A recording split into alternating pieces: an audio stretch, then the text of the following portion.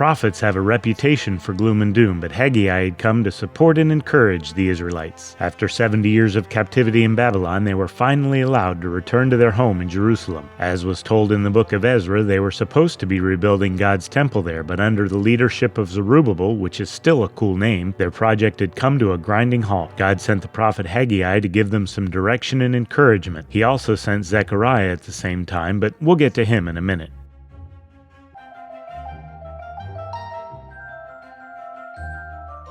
It had been more than 15 years since any work had been done on the unfinished temple in Jerusalem, so God sent a couple of motivational speakers to help and encourage the returned exiles. God sent Haggai to speak to Governor Zerubbabel and Joshua the high priest, not the one that led the attack on Jericho. That was like 800 years ago. Acting as part cheerleader and part foreman, he said, "It's been 15 years. Why haven't you finished the temple yet?" The people said, "It's not time yet," to which God replied, "Oh yes it is," and so they got to work. Haggai also told him that the reason they were dealing with drought was that they had stopped building the temple, which seemed to motivate them even more. They started gathering building supplies, and less than a month after Haggai arrived, they started working again on the temple. After a month on the job, the foreman became the head coach and gave them a halftime pep talk. "All right, boys, let's go. Be strong. We can do this. It might not look like much now, but we're getting there. Well, what are you waiting for? Get back to work." There was time for a quick flash forward to see what the temple will look like after the Lord comes back, but then it was back to work again. 2 months later, Haggai reminded Zerubbabel, Joshua, and the people that being right with God meant more than just going to the temple to pray and sacrifice, worshiping God as a way of life. God said that since they had finally turned back to Him, that they would be blessed, their crops would start growing again, and their enemies would be defeated.